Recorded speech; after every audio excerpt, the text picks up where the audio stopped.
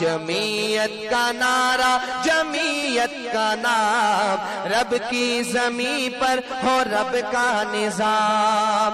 ये रहमान का फजल हम पे हुआ, अकाबिर का साया मुयस्सर हुआ। ये रहमान का फजल हम पे हुआ, अकाबिर का साया मुयस्सर हुआ। पूरी दुनिया पर वाज़ेह कर देना चाहता हूं कि आज भी इस्लाम सबसे ज्यादा मकबूल तरीन दीन है और पूरी इंसानियत के लिए रहनुमाई की भरपूर सलाहियत रखता है। आज भी अगर दुनिया में इंसानियत को अमल का पैगाम दे सकता है तो वो दीन इस्लाम हो सकता है। दीन इस्लाम के अलावा कोई नजरिया नजर नहीं आ रहा जो इंसानियत को अमन का पैगाम दे रहा हो। जमइयत उलमा अल-इस्लाम वल्लती युशरिफु अलैहा फज़ीलतु अश-शेख फज़लुर रहमान वल्लज़ी यक़ूम बिजुहूद अज़ीमा लिखिदमत अल-इल्म वल-उलमा वलिजमअ कलिमत अल-मुस्लिमीन फ़इन्नना नतवज्जहु बिश्शुक्र वजमइयत उलमा अल-इस्लाम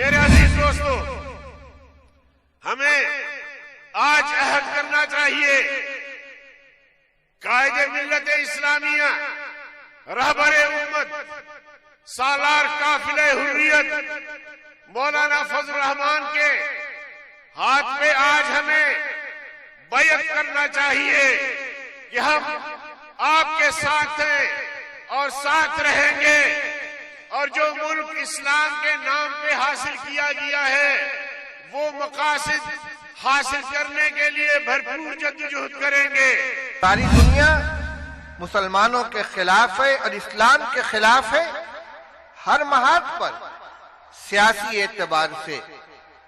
और इसी के साथ साथ जो जितनी कोशिशें हो सकती हैं इस्लाम को और मुसलमानों को बदनाम करने के लिए हर सतह पर उस कोशिश को, उन जराए को इख्तियार किया जा रहा है, इस्तेमाल किया जा रहा है। और ये जमाना प्रोपेगेंडे का है। गोबिल्स का जो फलसफा था कि झूठ इतना बोलो कि खुद झूठ बोलने वाले को शुबा होने लगे कि कहीं ये सच तो नहीं है।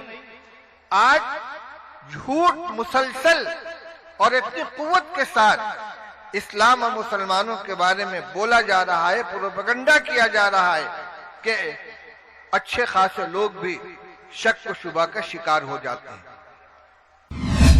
कि आपका दुश्मन आपको मुश्तइल करना चाहता है, आपका दुश्मन आपसे वो काम कराना चाहता है जिसके जरिए से इस्लाम को और आपके बुजुर्गों की रिवायात को वो पामाल कर सके। Jamiat Ulama Islam can lead all the field of life.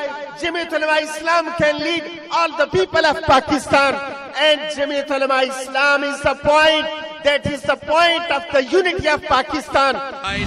Jamiat हजरत मौलाना फजल रहमान दामत बरकातुम साहिब निस्बत भी हैं और दीन की इशाअत के लिए पूरे मुल्क में काम भी कर रहे हैं। ये वो हजरात हैं कि जिन्होंने अपने अल्लाह से वादा कर रखा है, अल्लाह आपके दीन की सरबुलंदी के लिए अपनी जिंदगी को निभाएंगे। हम इनके साथ हैं, हमारी दुआएं इनके साथ हैं। अल्लाह ताला इनको अपने मिशन में कामयाबी अता फरमाए। ये जो जमीयत उलमा इस्लाम है, जिसके हमारे पहले साबिक बड़े मुफ्ती महमूद साहब रहमतुल्लाह अलैह जैसे इंसान थे, आज उनके साहबजादे जो इसके आल हैं, और अरबी में कहा जाता है खैर व खलफिन ले खैर सलफ। आज अल्लाह ने उनको, इस जमीयत को ऐसा कायद दिया है जो जुर्रत के साथ पार्लियामेंट के अंदर भी इस्लाम का दिफा करता है, मदारिस का दिफा करता है, मसाजिद का दिफा करता है। अल्लाह ताला उनकी उम्र में बरकत अता फरमाए। यहाँ पर मुसलमान पूरी दुनिया के अंदर तरह तरह के मसाइब से दो चार हैं और खास तौर पर इस वक्त एक बहुत बड़ा मसला यह है कि इस्लाम की जो सूरत, इस्लाम की जो तस्वीर इस वक्त पूरी दुनिया में फैलाई जा रही है, उसको दहशतगर्दी से वाबस्ता किया जा रहा है, उसको खूनरेजी के साथ वाबस्ता किया जा रहा है। और उसमें खुद हमारे मुसलमान नादान भाई जो इस्लाम ही का नाम लेकर वो इस प्रोपेगेंडे को अपने अमल से तक़वियत दे रहे हैं और इसकी वजह से इस्लाम की एक इंतहाई गलत भयानक तस्वीर लोगों के सामने आ रही है और वो इस्लाम की दावत में रुकावट बनी हुई है। खालिसतन जमीयत उलमा इस्लाम की क़यादत ने नेशनल असेंबली में बड़ी बहादुरी के साथ तमाम तबकात को अपने साथ जोड़कर पूरी उम्मत का एतमाद हासिल करके इस केस को हल किया था। सैकड़ों उलमा और मोहतरमीन की तरफ से जमीयत उलमा इस्लाम को इस अजीम शान इज्तिमा के इनेकाद पर मुबारकबाद पेश करते हुए अर्ज करता हूँ कि ये इज्तिमा जिन मकासिद अजीम और जिन मकासिद हसना के लिए ये तरतीब दिया गया है, मुनाकिद किया गया है, उनमें सबसे पहला अजीम मकसद इस्लाम के पैगाम अमन, इस्लाम के पैगाम अदल व एतदाल, म्याना रवी, तहम्मुल व बर्दाश्त को आम करना और उजागर करना है। आज दुनिया भर में इस्लाम के खिलाफ एक सोचे समझे मंसूबे के तहत साजिश की जा रही है और इसमें न सिर्फ इस्लाम को बदनाम करना, इस्लाम को एक दहशतगर्द मजहब साबित करना शामिल है, बल्कि इसके साथ साथ दर हकीकत मगरबी कुव्वतों की ये कोशिश है कि वो मुस्लिम ममालिक के अंदर अबतरी पैदा करें।